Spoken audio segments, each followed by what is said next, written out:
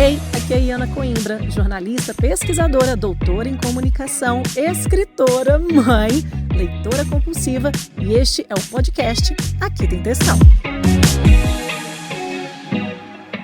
Mais um episódio do podcast Aqui Tem Textão, em que a gente está longe, bem longe. Fui lá para os Estados Unidos encontrar com essa minha convidada tão querida.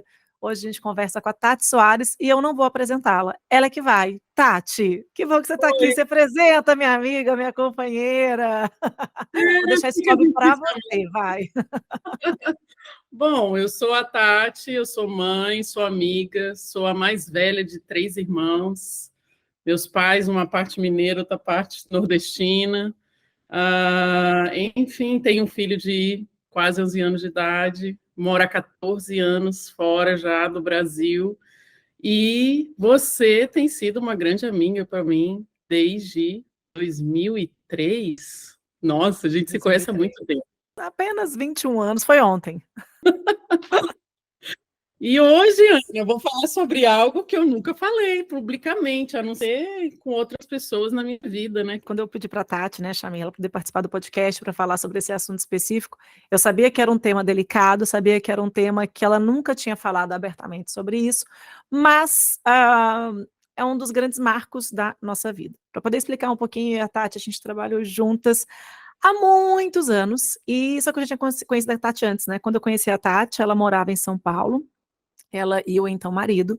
Depois eles vieram para Belo Horizonte, nós trabalhamos juntas durante um tempo, e uma situação, já dando spoiler do final da história, mas para a gente poder contar de trás para frente, eu e a Tati foi a primeira pessoa que eu levei para celebrar um divórcio. Sim, falei, Tati, vamos brindar ao seu divórcio. A gente vai comemorar o fim desse casamento. E Ana, você é contra casamentos de forma alguma, sou super a favor de casamentos. Mas, lá atrás, eu e a Tati, a gente saiu para comemorar o divórcio dela. Então, vamos falar que esse é um episódio para falar sobre a coragem de viver e encarar um divórcio, será? Não sei. Como é que essa história começou na sua vida, Tati? Bom, eu comecei muito nova, né? Eu nunca fui uma menina de namorar muito, nunca fui. Eu lembro que eu sou a mais velha, minha irmã do meio, sempre foi namoradeira, sempre foi aquela mais assim, né, madura. E eu sempre muito focada até no trabalho. Meu pai me levava para trabalhar na loja de esportes que ele tinha, e eu ficava muito focada, responsável, aquela coisa.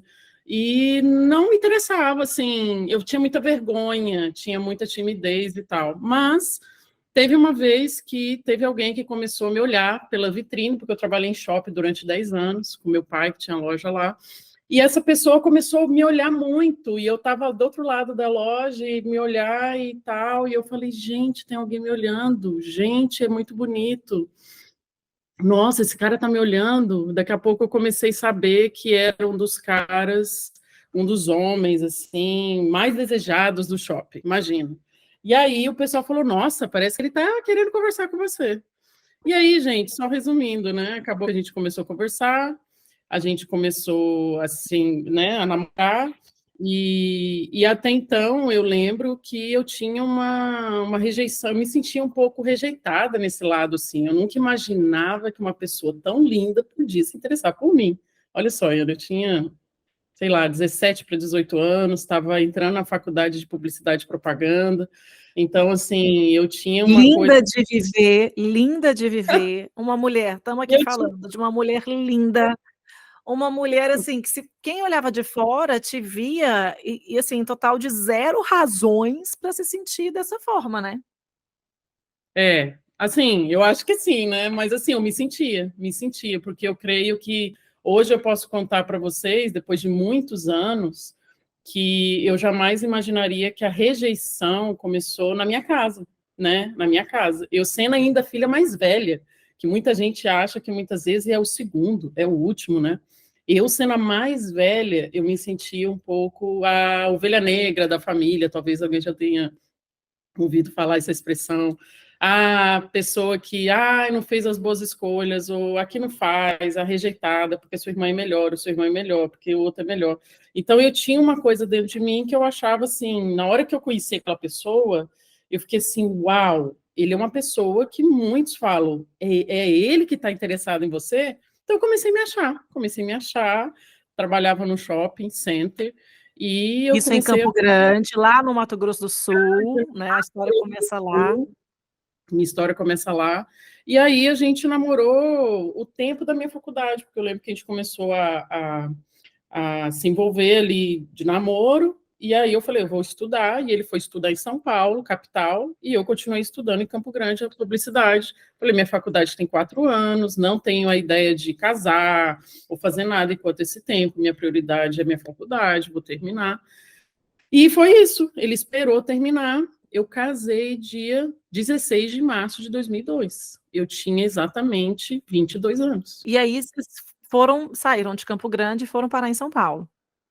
Aí, gente, eu morei sempre com meus pais, trabalhei com meu pai 10 anos, e de repente eu tinha um novo trabalho como publicitária e produtora executiva de uma televisão, de um canal de televisão em São Paulo. Tinha um casamento novo acontecendo, porque eu estava mudando, ia ser esposa. E fui para uma cidade que, de Campo Grande para São Paulo, capital, é outro mundo, né? Então, eu estava vivendo muitas coisas diferentes de uma vez, ao mesmo tempo. E quando chegou 3, 4 meses depois, ali que eu já estava instalada no meu apartamento, trabalhando, casada, eu lembro de um dia que ele não tinha mais paciência de ver eu chorando de saudades de casa, da minha rotina, falando com a minha mãe, falando com meus irmãos. E aí chegou um dia que ele chegou e falou: chega, eu não quero você mais pensando em Campo Grande, eu não quero mais você pensando na sua família, para de chorar, para com essa saudade, para de ficar pelos cantos. E aí eu lembro que ele me levantou assim pelos ombros e me jogou pela parede, assim. E aí na hora eu comecei a chorar mais forte ainda, né? Falei assim, Meu quem que é Deus. você? Passou pela minha cabeça, né? Quem que é você? E aí ali eu comecei a conhecer uma outra pessoa, né, que eu não conhecia. Durante 4 anos eu pude perceber que e a gente namorou muito à distância, né? Eu sei que muitos podem entender também que tem gente que namora à distância. Não conhecia exatamente, né? Vou falar também para vocês aí que meus pais também não aprovaram esse casamento 100%, nunca aprovaram Nem cem por desde o cento. início, eles não aprovavam? O que eles Não, percebiam ali? eu não sei, Ana, mas toda vez que ele vinha em casa, tinha alguma coisa nele, o jeito que ele saía de casa, o jeito que ele falava comigo, tinha alguma coisa ali que meu pai não rola, não dá. E tem certas coisas que o pai e a mãe ama tanto os seus filhos, né? E a gente e a gente tinha que ouvir. Eu não ouvi. E depois eu vi que depois que eu cheguei esses 4 meses de casada em São Paulo, sozinha, eu pude ver que realmente eu não conhecia aquela pessoa exatamente e eu não sabia o que seria nos próximos dias. E aí foi passando o tempo, eu resolvi não falar para os meus pais. Eu lembro que eu fiquei em torno de 3 anos sem falar com eles sobre tudo que eu estava passando e a violência, tanto verbal, o abuso verbal e doméstico, né, físico, foi acontecendo de várias formas. E eu não falei nada para eles. Eu Quando falo eles para perguntavam assim: "Filha, como é que você tá?", qual que era a sua resposta? olha, gente, da melhor daquele jeito, tá tudo bem, mãe, tá tudo bem. Mas ele nunca estava ali, muitas vezes, conversando com meus pais, ele nunca estava ali junto, né? É tão diferente quando você tem uma família que o marido vem falar, oi, sogrão, oi, né? Fala com todo mundo, eu quero ver meus sobrinhos e tal. Não tinha isso, não tinha essa coisa de família. Então, era muito diferente, porque eu fui criada num ambiente bem familiar, todo mundo junto, todo mundo comendo junto, todo mundo tendo comunhão, e aí eu comecei a ver um marido totalmente isolado e querendo me isolar, querendo me colocar para dentro dessa ilha dele, eu me sentia assim, que parecia que eu estava numa ilha. E aí eu comecei a ver que ele estava tentando me isolar de amigos, porque quando a gente tem amizades, pessoas, né, a gente conversa, a gente compartilha, a gente ora junto, a gente fala o que está acontecendo.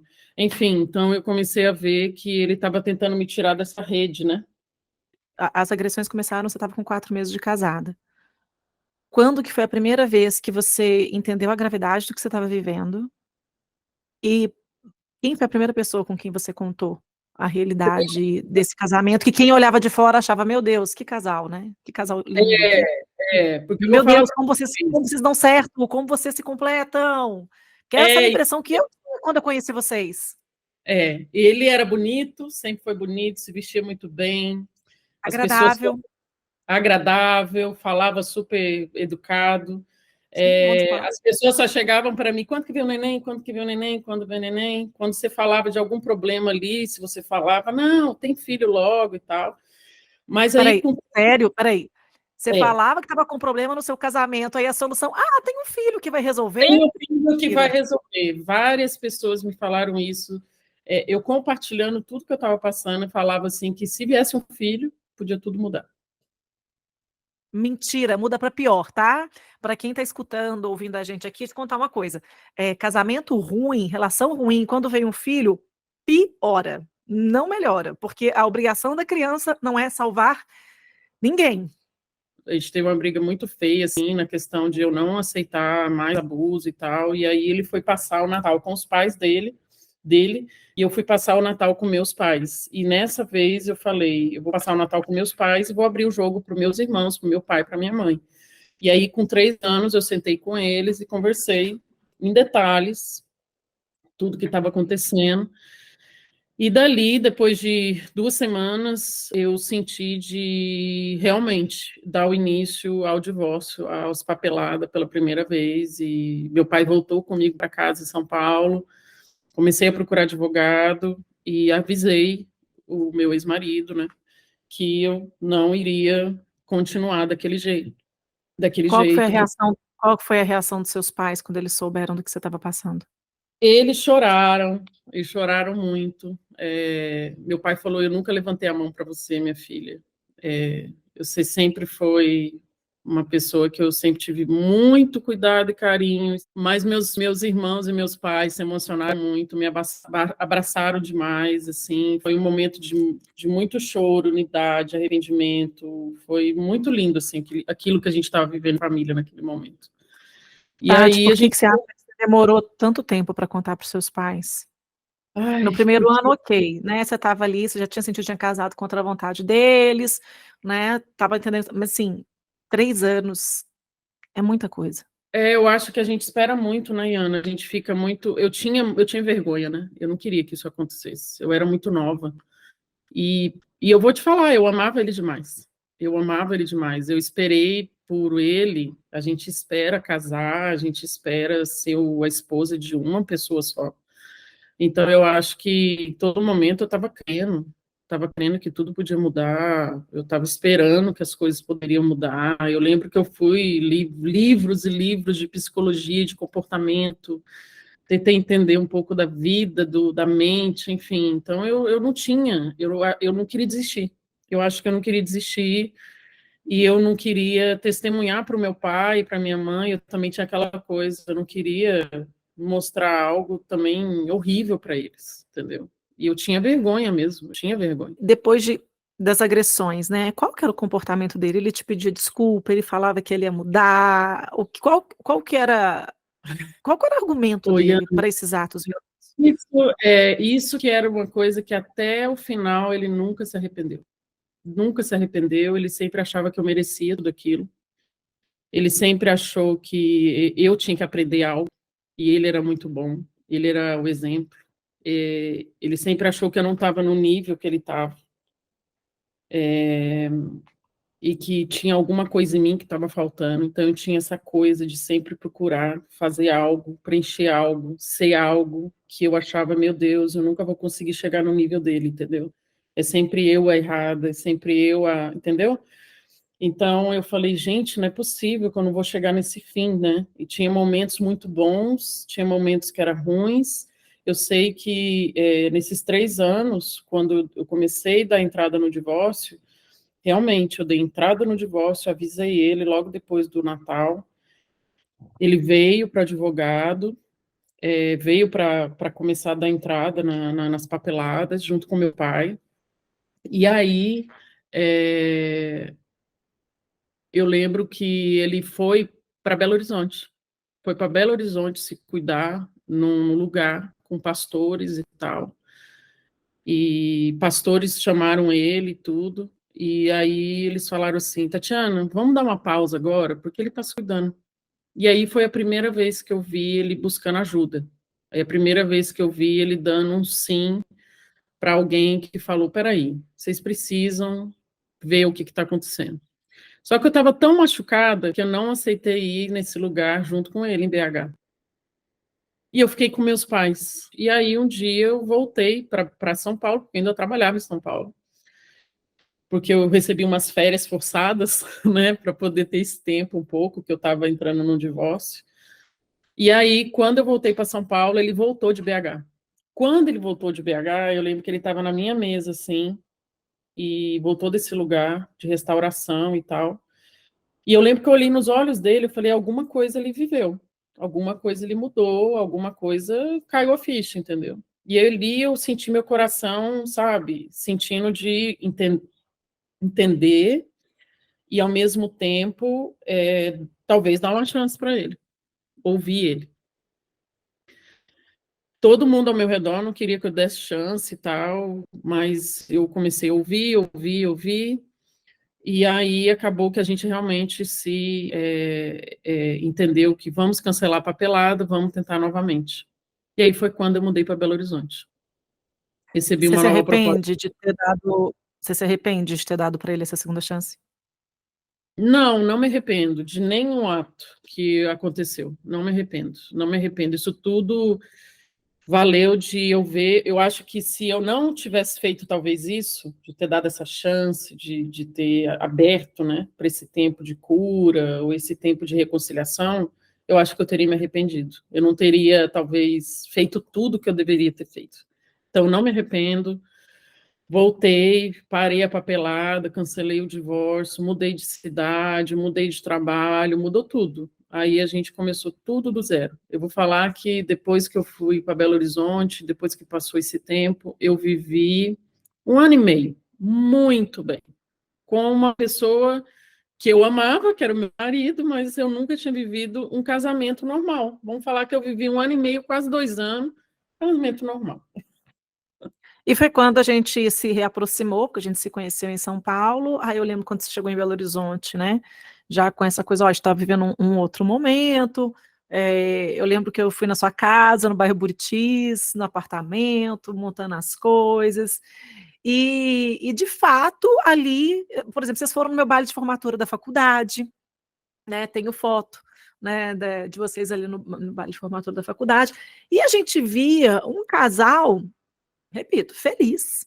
Ah, sem um menor, não desconfiava que tinha algum problema ali entre vocês. Você trabalhando em Belo Horizonte, ele também mexendo com outras coisas. Quando que o comportamento agressivo voltou a ser uma realidade na sua casa? Foi depois de 2 anos, eu vi que ele não estava se acostumando com o trabalho dele, ele não estava se acostumando com as pessoas, ele não estava se acostumando com o lugar, e ele começou a ficar de novo meio agitado dentro de casa, e começou de novo a voltar a abusos a verbais, físicos, com muita intensidade. Com muita intensidade. E eu estava vivendo o melhor tempo da minha vida no trabalho, no ministério, em várias coisas. E aí foi quando eu realmente senti, eu colocava realmente diante de Deus, assim, Ana, falava assim, eu tenho certeza que eu vou viver o sonho de ter uma família. Eu tenho certeza que eu vou ser mãe desse menino, que eu tinha um sonho de ter um menino. E eu vi esse sorriso desse menino nos meus sonhos, e eu falava assim, eu vou viver isso, mas eu não sei se vai ser com ele. E eu falava que eu vou viver esse sonho. E aí foi quando foram 6 anos de casado com ele. Aí depois acho que foi em 2008, março de 2008, foi quando eu lembro que a gente já estava vivendo dias assim muito difíceis, e eu lembro que eu senti de começar a guardar as minhas coisas básicas, roupa, livro, não era móveis, nada disso. E engraçado que eu comecei a colocar meu nome nas coisas. Comecei a sentir de guardar ali uma caixa e colocar Tatiana. E aí ele vinha rindo da minha cara, falou: você não vai ficar livre de mim. Você não vai sair desse casamento. Você me ama. Ele tinha muita segurança que eu era dele, que eu só ficaria com ele. E aí eu lembro que eu comecei a fazer isso. Porque em muitos momentos de tristeza, que vinha aqueles momentos de violência, eu lembro que eu abria a janela e falava com Deus ali. E eu sentia que Deus estava perto.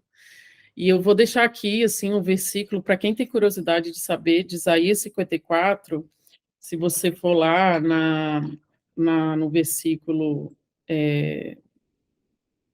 deixa eu ver aqui, o capítulo inteiro de Isaías 54 é para mulher, né? Mas no versículo 5 de Isaías 54 fala: pois o seu Criador é o seu marido, o Senhor dos Exércitos é o seu nome. Quando Deus falou comigo isso, eu vou falar para vocês que eu cheguei no divórcio porque eu fui conduzida, porque a palavra de Deus foi me conduzindo. Eu já parei de ouvir as pessoas, eu falei, eu quero ouvir só o que Deus tem para mim, que é o meu Criador, que é o meu Criador, é meu Pai. E na hora que eu abri esse versículo, porque o seu Criador é o seu marido, eu senti que ele tinha uma autoridade sobre a minha vida, de eu sendo filha. E ali eu comecei a sentir, digo, realmente guardar minhas coisas, e isso é exatamente 10 dias antes de eu sair desse casamento. A gente via a sua tristeza, a gente via a sua falta de energia, a gente via que você não ia em muitas coisas. Você viajava, quando era viagem a trabalho, mas quando era coisa de lazer, Tati, vamos sair, vamos comer, vamos fazer alguma coisa, nessa época eu ainda era solteira, né? Você não ia. E eu lembro que nessa época eu fazia muitas viagens, assim, né? Eu ia para São Paulo, enfim, eu viajava muito. E eu lembro de você olhando e falando assim, nossa, Ana, que vontade de viver o que eu nunca vivi. Você me falava muito isso, vontade de viver o que eu nunca vivi. Mas a gente não entendia muito o que você estava falando. E aí eu lembro que naquele dia a gente te viu. Minha família a gente tinha ido para a igreja, e na hora que eu estava no carro com meus pais voltando para casa, eu te vi aqui no Antônio Carlos, na rua. Eu falei, Tati, para onde você vai? E aí você falou assim, não sei, vou para casa. Eu falei, onde você vai almoçar? Você falou, não sei. Eu falei, vamos almoçar lá em casa. Um detalhe aí também, você lembra que o ônibus bateu bem atrás do carro de vocês? Não sei se você estava no É carro. verdade. Tava. E eu cuidava de várias coisas, né, do nosso trabalho. Então, na hora, eu coloquei todo mundo dentro de um táxi e eu fui junto, porque a gente morava perto, né? E ali a gente foi falando do almoço, que nem você está falando, né? Então, quer dizer, eu ia de ônibus para minha casa, eu estava no ponto de ônibus e o ônibus bateu num carro de vocês. Nossa, Aconteceu a confusão. Pra você ver que nada era simples. E aí a gente foi. E eu lembro que isso era no domingo, mas na sexta-feira nós dois tínhamos conversado no nosso trabalho, isso antes de eu ser repórter, trabalhar em televisão e tudo mais. E eu falar assim, Tati, eu acho que tá na hora de você fazer uma escolha, assim, né? Tem uma hora de fazer escolha. E assim, se você não. Ah, eu lembro quando eu falei assim: se você não está conseguindo escolher, então pede para Deus resolver por você. Resolver por você. E aí você foi lá para casa, a gente almoçou, a gente teve um domingo delicioso.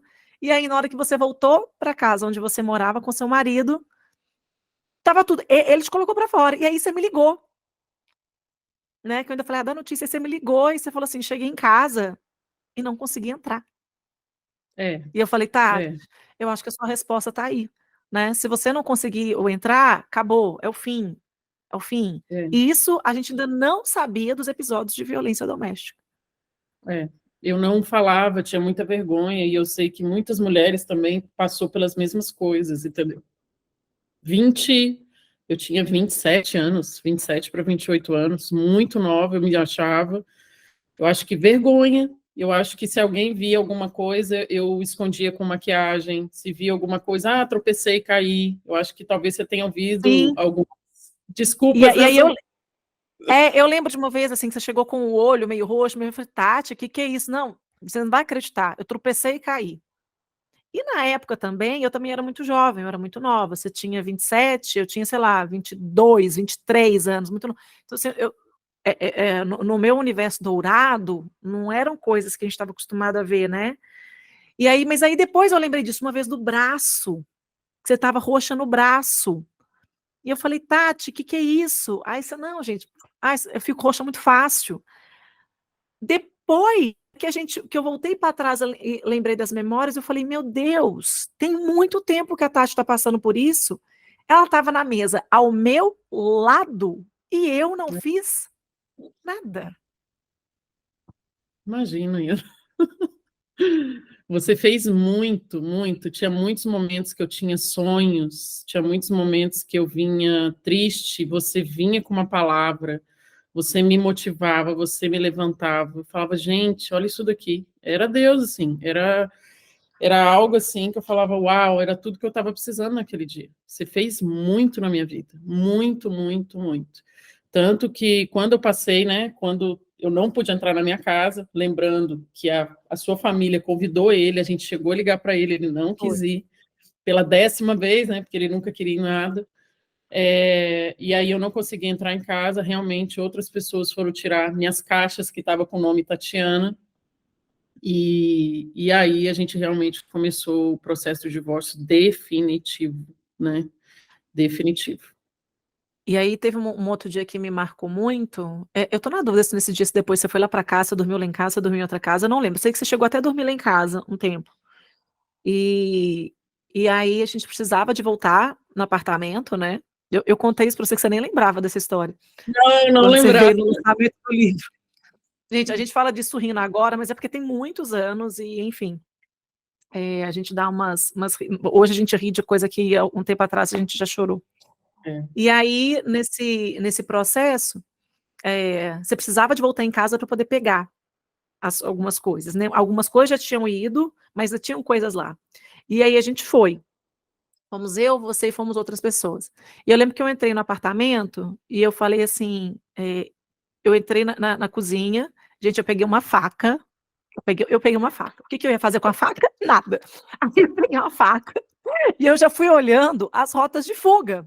Porque aí, nesse período, depois que a Tati saiu de casa, né? De que ela não conseguiu voltar para casa, ela foi e contou a história toda.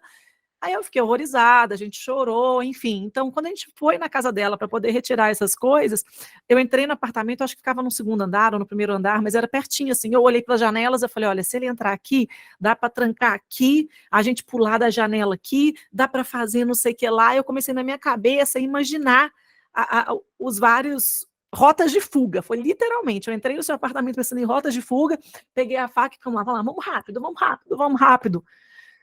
Surreal, Tatiana, surreal. E assim, depois disso tudo, eu lembro que você, claro, você passar por um divórcio não você não fica feliz, né? Ao mesmo tempo eu estava aliviada sobre algo que eu tomei a decisão. E segunda coisa, eu estava assim, o que vai ser agora, né? Aí a Iana, de repente, vem, vamos celebrar, vamos sair para celebrar. Aí naquela hora que ela falou aquilo, me veio algo assim, vamos sair para celebrar mesmo, porque eu tenho sonhos ainda para ser realizados, né?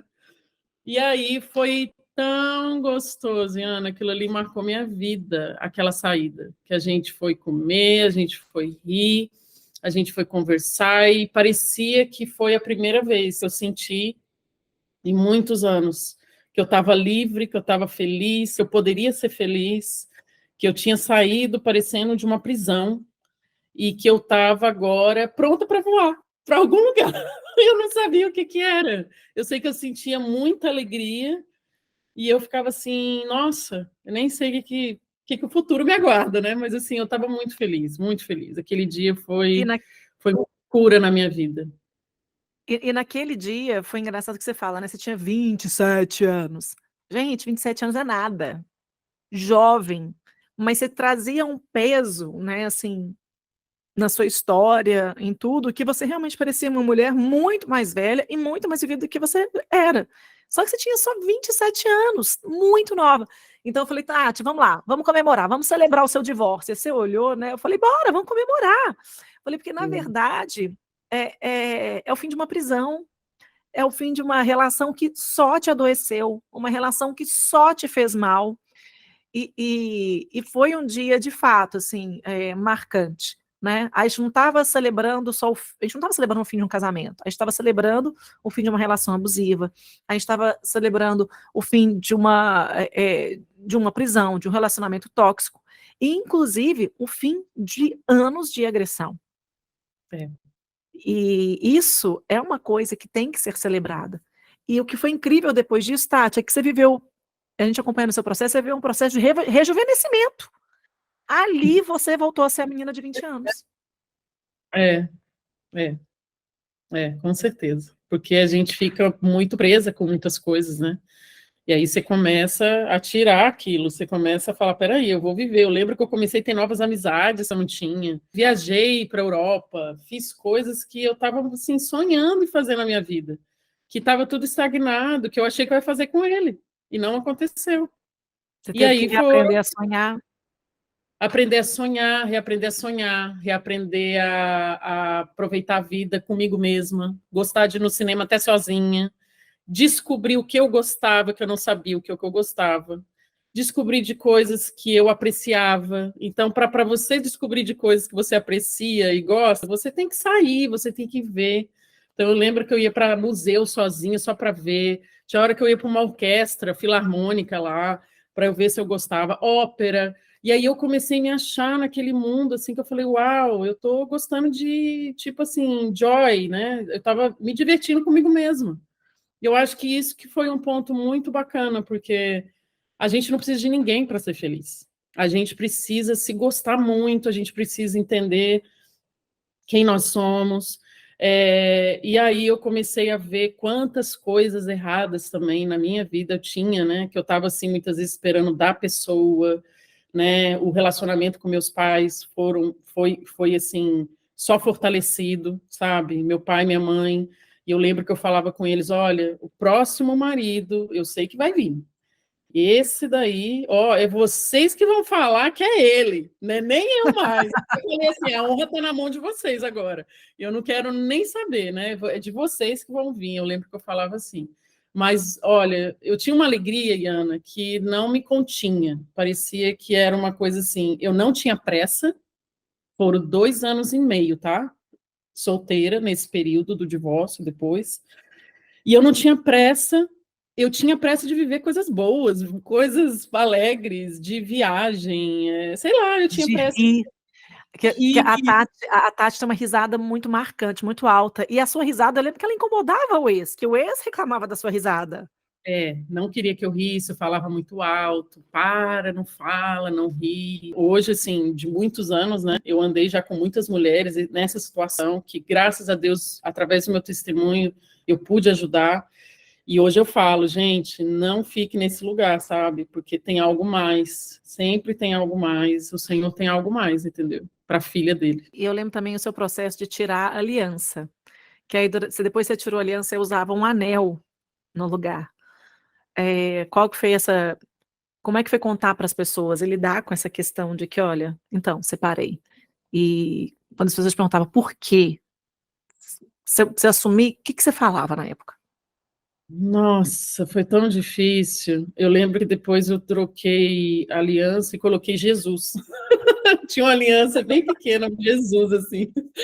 E aí é muito difícil, porque você, ao mesmo tempo, você tem orgulho que você está casada, que você ficou noiva, está casada, e que você está com uma pessoa linda, maravilhosa, que todo mundo está achando que você está abafando, e depois você vai para um divórcio que é vergonhoso pela idade que eu estava, eu me senti um pouco assim.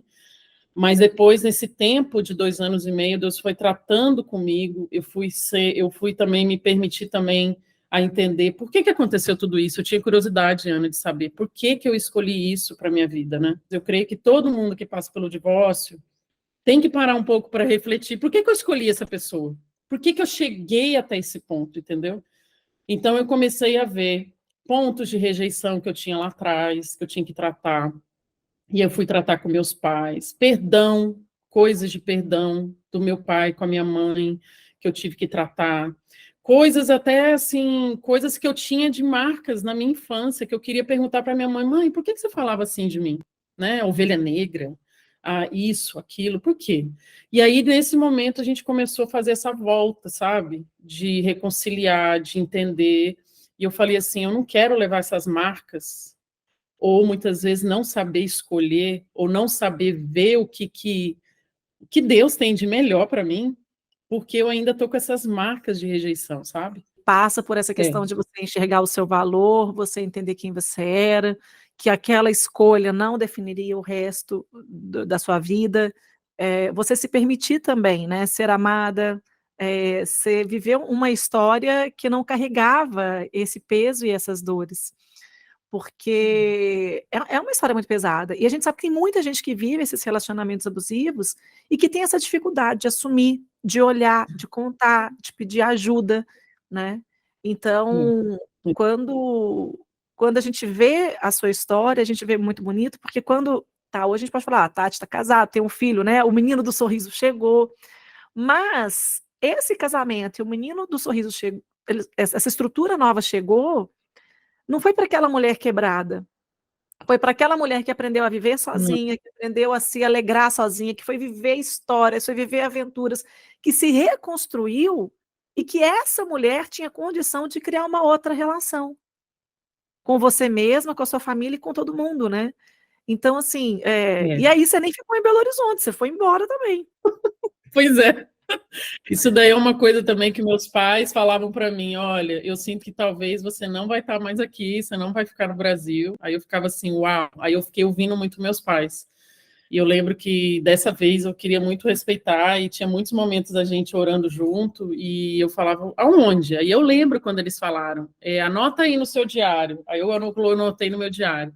Coloca aí a bandeira dos Estados Unidos, porque você vai para os Estados Unidos. Aí eu falei, Estados Unidos? Eu nunca tinha isso em mim, entendeu, Iana? Eu falava assim, se eu for morar fora do Brasil, aliás, eu nem quero ir embora do meu Brasil, porque eu amo o Brasil, mas se eu vou para a Europa, eu pensava, né?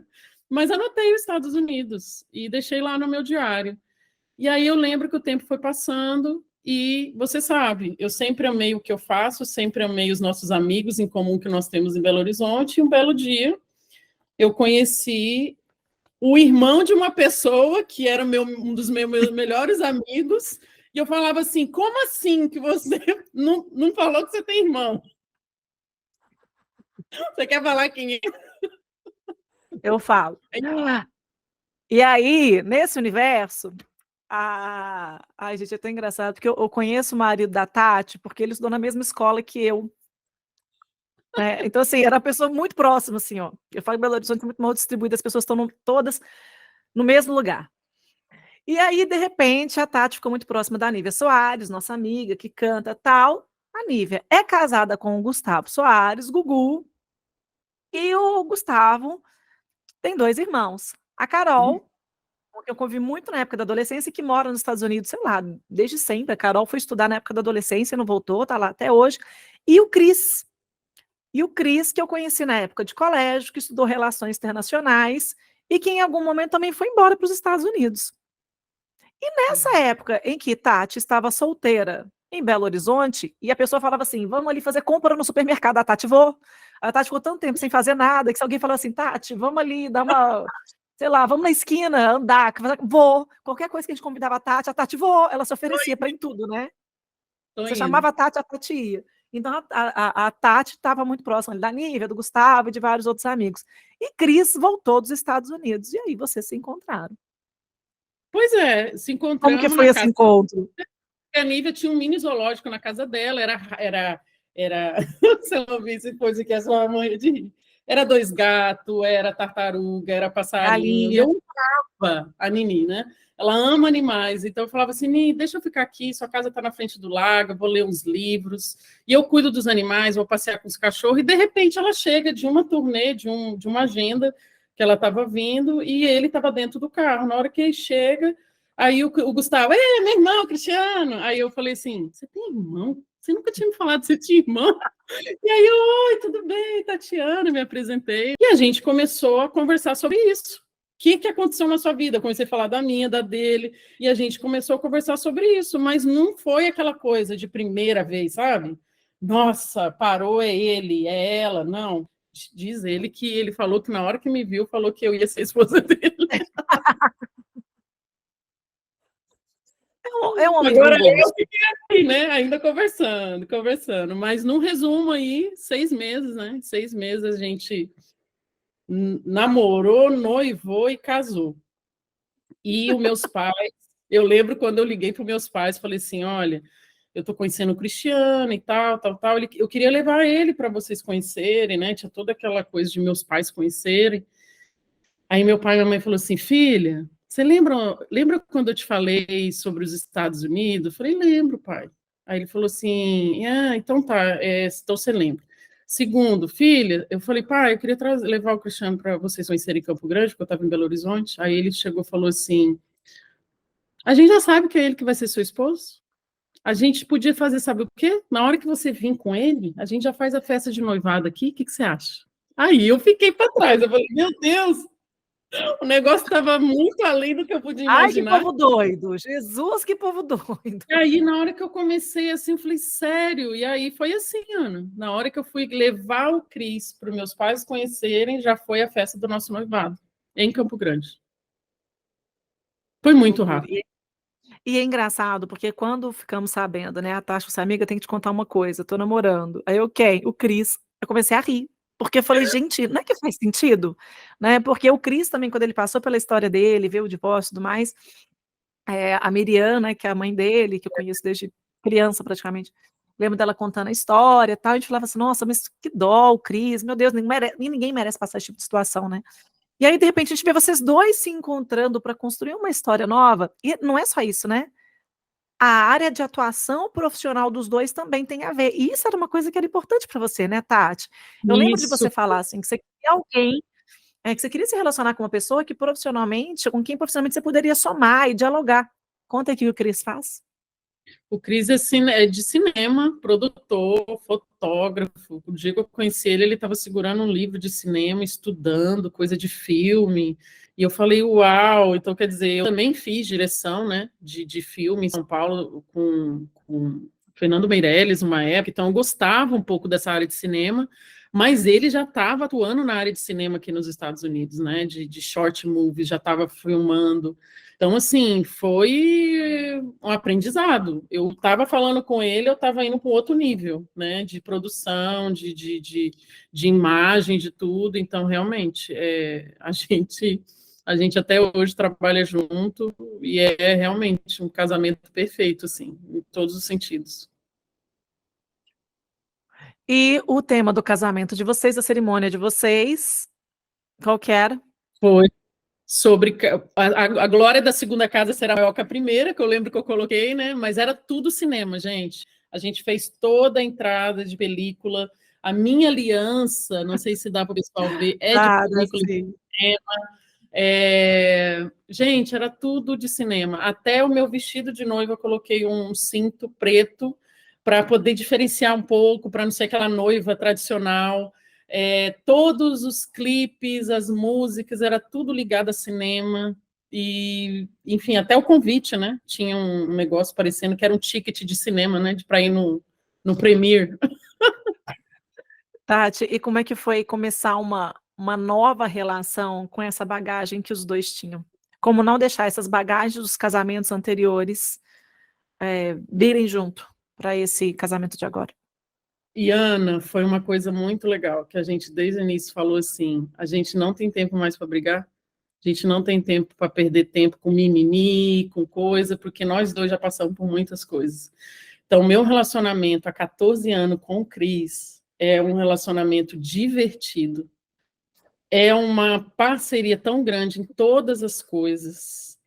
Ah, a gente briga, claro que briga, né? Mas a gente é muito assim maduro para as coisas. A gente não perde tempo de ficar muito tempo ali, sabe?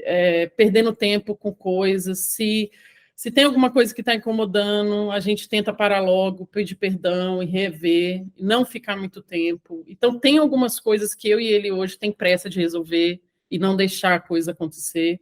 E a gente sempre escolhe se divertir mais, sorrir mais, rir mais.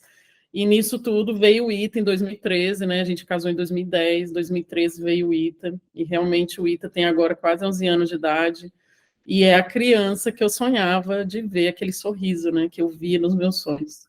Tati, o que que é coragem para você? A coragem, para mim, eu creio que é primeiro não desistir e continuar, sabe? Mesmo que o dia mal tá vindo ou tá acontecendo. Eu lembro que para mim coragem é escolher a alegria, nas coisas. Por mais que não tá bom naquele dia, eu vou escolher fazer algo com alegria. É até engraçado que hoje até o Cris e o Ita, eles falam, mamãe, se a gente está num momento de estressado ou cansado, vamos escolher fazer com alegria. Então, esse termo para a gente com alegria é quase uma coisa entre nós aqui. Então, eu acho que eu tive coragem de, muitas vezes, perseverar, de entender que eu fui até o último momento, né, no meu primeiro casamento, amei o meu marido intensamente, não deixei de amar ele, né, durante o tempo que eu estava casada com ele, não tive nenhum namoro antes, né, no meu primeiro casamento, sei que tem muitos que muitas vezes se guardam, né, e tal, então eu acho que a coragem de realmente ter ido até o fim, de não ter desistido, e de entender também que o Senhor, ele realmente faz coisas infinitamente mais, além daquilo do que eu podia esperar ou pensar. Então, coragem para mim é não desistir, é continuar mesmo no dia mal, caminhando. Eu sei que muitas vezes a gente precisa de... A coragem para mim também é aquele momento que você pode estar com frio na barriga e com medo, mas você tem que continuar caminhando, porque coisas melhores vão estar do outro lado. Então, não pare. Qual que foi o maior medo que você teve nesse período? Ah, de ser esquecida, talvez, de me sentir manchada, de não me sentir. Muitos momentos eu achava que eu não poderia casar de novo, ter meus filhos, assim, ter meu filho, ou ter esse sonho de ter uma família. Eu acho que esse foi o maior medo, de não ter uma família normal, de não ter uma família de, assim, uma estrutura familiar normal. Então, esse foi um dos medos que eu tinha. Tati, e o que que você leu nesse período, né, para te ajudar a atravessar esse momento árduo? Olha, um dos livros que eu li, eu tenho até hoje, é Liberador de Sonhos. Quem que é o autor? Wayne Cordeiro. Wayne Cordeiro. Foi um dos livros que eu li falando sobre poços, falando sobre sonhos, e mostra mesmo, né, um passarinho saindo da gaiola. Então, foi um dos livros que eu carrego comigo até hoje para ter essa lembrança. É como se fosse uma lembrança. Olha só, o que que eu ministrei, o que que você viveu. E hoje eu me sinto muito feliz, assim, Ana, de saber que eu já passou muitas mulheres na minha vida durante todos esses anos, que eu pude entender a dor delas, eu pude entender o que elas passaram e pude falar um pouco da minha história. Nesse tempo, eu sei que você descobriu talentos, você começou a pintar. É. Você fez tantas coisas. Que me fala dessa Tatiana, que depois que saiu da gaiola, igual na capa do livro aí, como é que você foi colocando essas, né, todos esses dons que estavam guardados e começando a colocar no mundo? Fala o que você faz Gente, hoje. foi uma explosão, eu vou falar, porque o meu marido, ele realmente vê algo em mim e ele quer potencializar. Eu falo que eu ainda não fiz tudo que ele vê em mim, entendeu? Porque tem hora que tem algo que eu tenho uma vontade, ele já vê a coisa pronta. Então, assim, eu sei que eu mudei para os Estados Unidos, né? Fui procurar minha fluência no inglês, porque eu tinha uma necessidade muito grande de conhecer pessoas, e eu queria conhecer essa cultura, os americanos. Então, eu lembro que eu queria conhecer as pessoas, que eu tinha curiosidade de ir nos lugares e conversar. E aí, depois, quando meu filho veio, eu lembro quando ele fez 1 aninho, a minha sogra, que você conhece, a Miriam, ela é uma artista de mão cheia, plástica, artista plástica, e eu nunca tinha pegado, Iana, num pincel. Eu tenho um pincel aqui.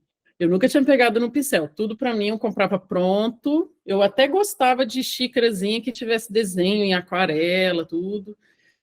E jamais me via fazendo alguma coisa. Mas nesse dia que o Ita estava pequenininho, eu falei: vamos fazer uma brincadeira com ele, uma coisa diferente? Ensina a gente a pintar. E aí a gente comprou um kit de pincel com papel e tinta. E aí ela falou: vamos lá, ensinando as técnicas com a água e tal. E Ana, desde aquele dia eu nunca mais parei de pintar. E passou 6 meses, eu lembro que o Cris falava assim, você está com mais de 200 pinturas que você não para de pintar. E eu comecei a ver papel, tinta, aprender técnicas, e não parei mais. E aquilo ali foi me dando uma alegria tão grande. E o Ita do meu lado, a todo momento pintando. E aí, até que um dia eu encontrei uma mulher que eu estava escaneando milhões de pintura, uma mulher aqui no Staples, nos Estados Unidos. A mulher lá falou: olha, vou precisar de 2 horas para escanear suas pinturas. E depois que eu escaneei, fui para o caixa pagar, essa mulher falou assim: eu posso ver sua pasta? Aí eu lembro que na hora que ela falou assim, eu posso ver sua pasta, eu falei: eu não sou artista, eu não sou artista, eu não sou artista. Por que você quer ver minha pasta? Na hora que ela abriu minha pasta, ela começou a falar assim: meu Deus, você é muito talentosa, meu Deus, tem muito... Onde que eu compro as suas coisas? Aí eu comecei a rir, né? Falei: eu estou pintando com meu filho em casa. Onde você compra as minhas coisas? Não, eu não sou artista. Então, resumindo, essa mulher aí, ela me deu 30 dias para abrir meu site, começar meu business na área de arte, que eu falei assim, eu nunca imaginei na vida. E eu cheguei a fazer coleção até para Pottery Barn, assim, Pottery Barn me chamar, vem aqui para o Dia das Mães, fica 2 dias aqui, vendendo as suas aquarelas junto com o nosso porta-retrato, com a nossa almofada e não sei o quê. Então, quer dizer, foi um boom. Para quem está só escutando, é uma parede azul lindíssima. E tem essa aquarela ali quadradinha no fundo, mas tem várias molduras para outras telas. Quais são as próximas telas? Quais são os próximos sonhos que você está desenhando e preparando para colocar no mundo e para expor? Ai, acho que você já sabe de um, né? Tem alguns sonhos que eu tenho. Eu amo estar com as pessoas, eu amo servir as pessoas.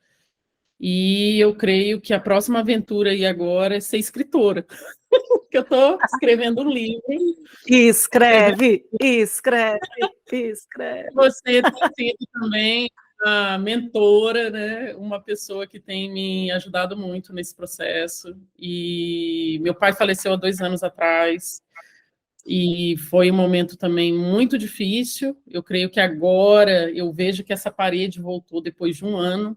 Eu creio que também está sendo um novo tempo também que eu estou me reposicionando agora depois do luto. Eu creio que é um processo, mas o sonho que vem agora é poder treinar pessoas. Meu pai sempre foi uma pessoa muito disponível, que sempre ajudou as pessoas. O funeral dele foi algo assim que deixou para mim, para meus irmãos, para todos que estavam ali. A gente tinha muitas vezes até mais pessoas que a gente nunca tinha visto na vida falando do meu pai, de coisas que que ele estava fazendo, que ele estava acompanhando, que ele estava ajudando.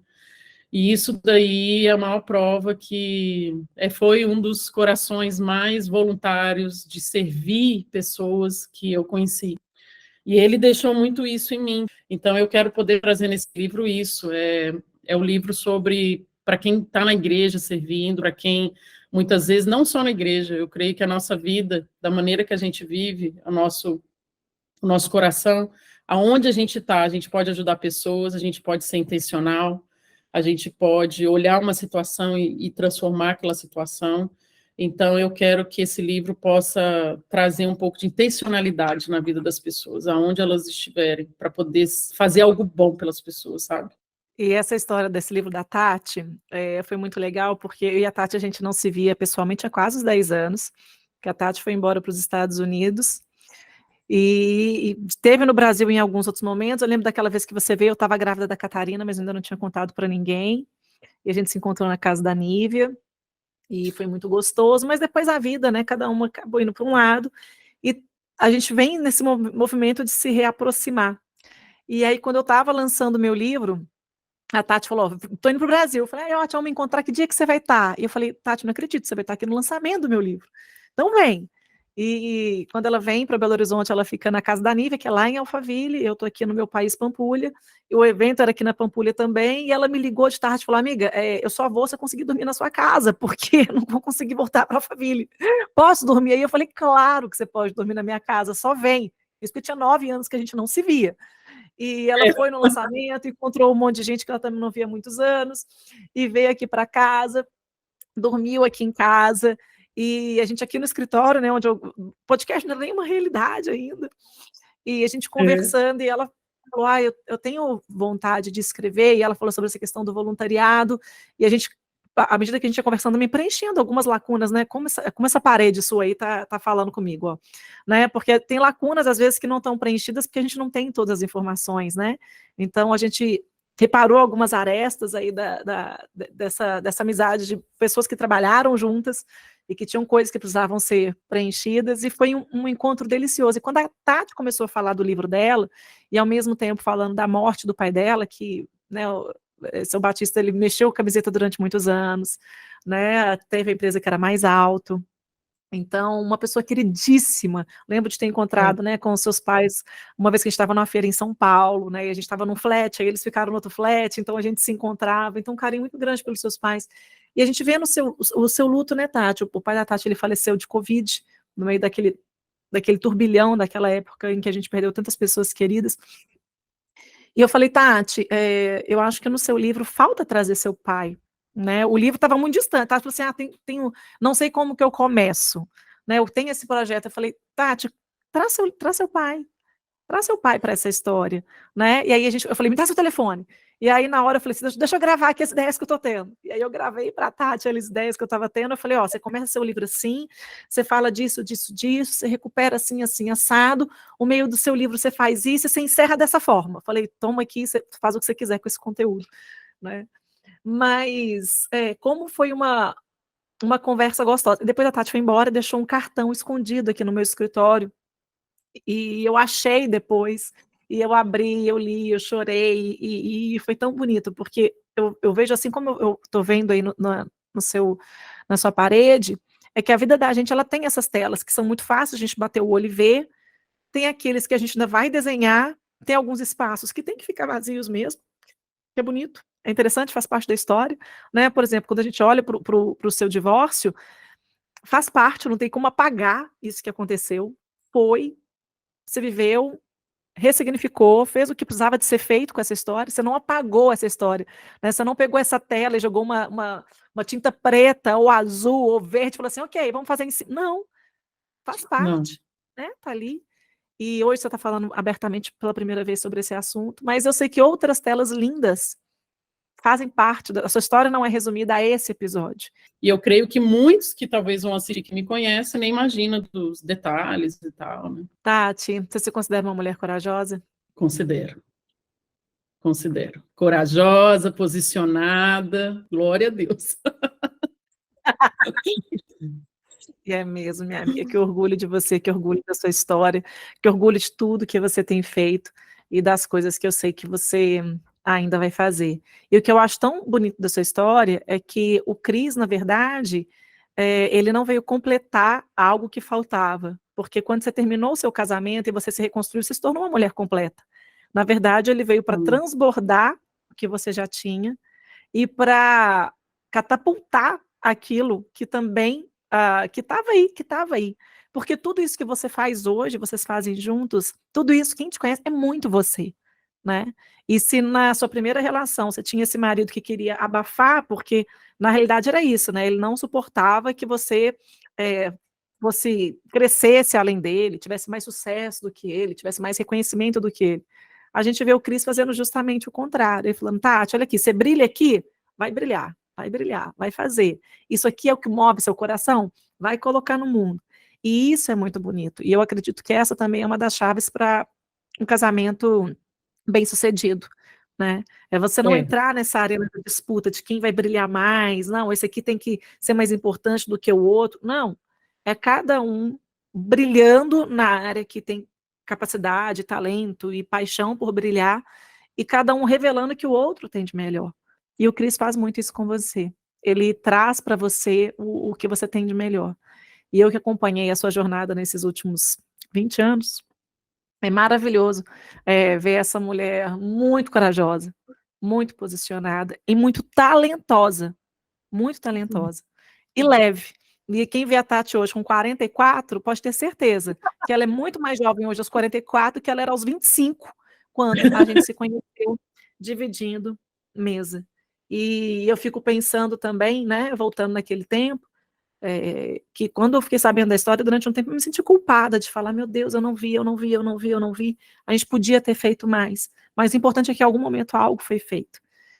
O que você diria para para as pessoas, para as mulheres que estão passando, que estão agora no lugar de onde você já esteve, de onde você saiu? Confie em alguém para dividir, não deixe isso passar assim desapercebido por ninguém. Eu sei que em muitos momentos eu deveria ter falado com algumas pessoas durante a minha caminhada.